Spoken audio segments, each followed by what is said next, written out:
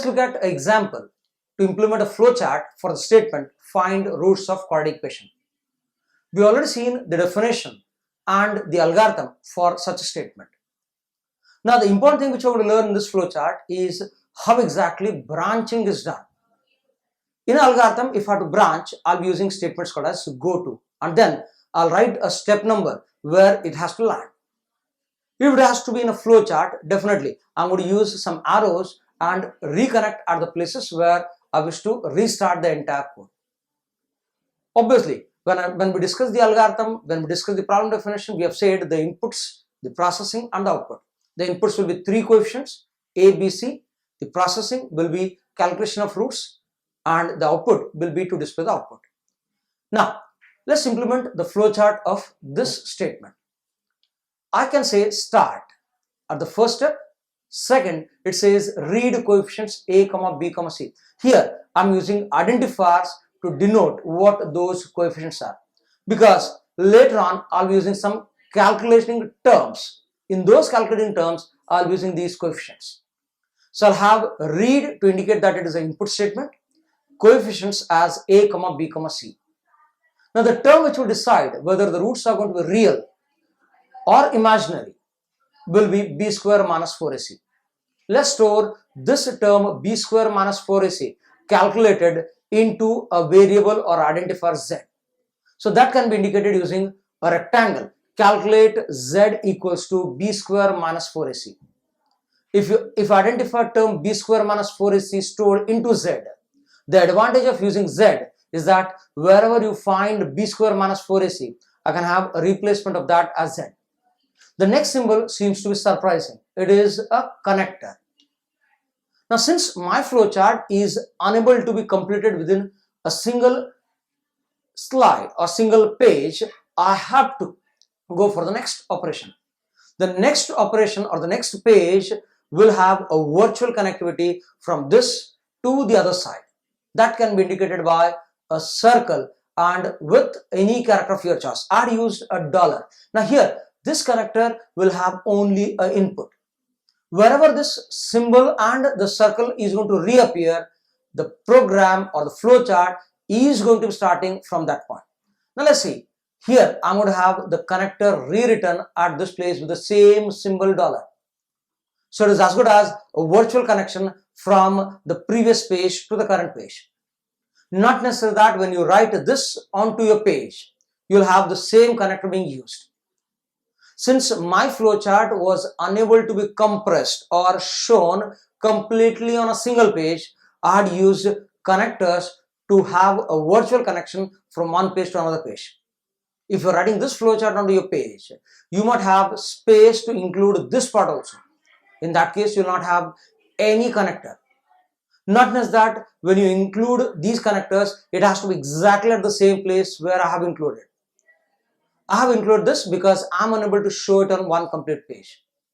Probably you can use one of the symbols in the previous page and again you can have a connectivity. So the connectivity is basically established using a circle followed by connectors. A flowchart can have multiple connectors with the circle and different characters. I have used $, you can use hash, you can use A, you can use B, but avoid using numbers. You can have special characters, you can have alphabets to show that. Now, let's put a connector saying a virtual connection from the previous to the current page, which will have output. Wherever you're going to restart the page, you will have output. Wherever you're going to end up a page, you'll have a connector with only input. Now, the term which is going to decide whether the roots are going to be real or imaginary is z. Put a test on z. So here I have used a test called as z less than 0, true. If true, then you are going to take this path. If it is false, then you are going to take this path. You can use the word check. You can use the word is. You can use the word if. Is z less than 0? Check z less than 0. If z less than 0. You can use any of these conventions to indicate into a rectangle. Some text says z less than 0 question mark. That is also valid. You can use an alphabet. You can use a word if, is, check, or you can use a question mark at the end of your condition. And then you can proceed if the condition is true on this path. If the condition is false, you can proceed on the other path. Now, let's check what if the condition is true. If it is true, it says roots are imaginary. It says roots are imaginary. Print, which means that you're going to display. You can have display, you can have output, indicating that this paragraph indicates an output statement. And after that, you can end up the flowchart by saying stop. A flowchart will have only one input, that is start, but it will have multiple exit points as stop. A flowchart can be terminated in the mid by using a stop in the mid itself. So it is as good as go to from this place to stop. If you want to avoid this stop, you can pull this arrow and connect to a place where stop is going to appear. If this is not true, then your Z will be left with two cases. If it is not negative, then it will be either positive or 0. Put a test again for Z. Is Z greater than 0? True. If it is true, then take this path. If it is false, then obviously it means that it is going to be 0. Because greater than 0, less than 0, and then equal to 0. Some people add up additional condition at this place, but not necessary. Because if a number can't satisfy the two conditions, obviously it will satisfy the third condition with respect to positive, negative, and 0. If it is not negative, then it will be positive or 0. If it is not positive, obviously it has to be 0. So if Z greater than 0, true, then calculate the roots. Calculate the roots as R1 equals to minus B plus square root of B square minus 4AC, and R2 equals to minus B minus square root of B square minus 4AC by 2. You can calculate R1 and R2 and then go to a place where R1, R2 are displayed. So here output, display, print, you can use any of those words and say R1, R2. If Z is a positive term. If it is neither negative nor positive, obviously it is going to be 0.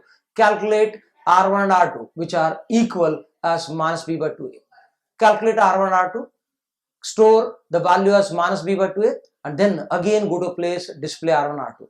So display R1 and R2, and then end this particular task by saying stop. So it means that you can have a branching.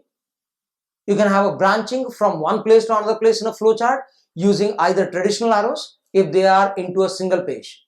If branching is supposed to be done across multiple pages, then you can't use arrows to show that. You have to use connectors. So this flowchart helps you to understand how exactly connectors need to be used, how exactly branching has to be done.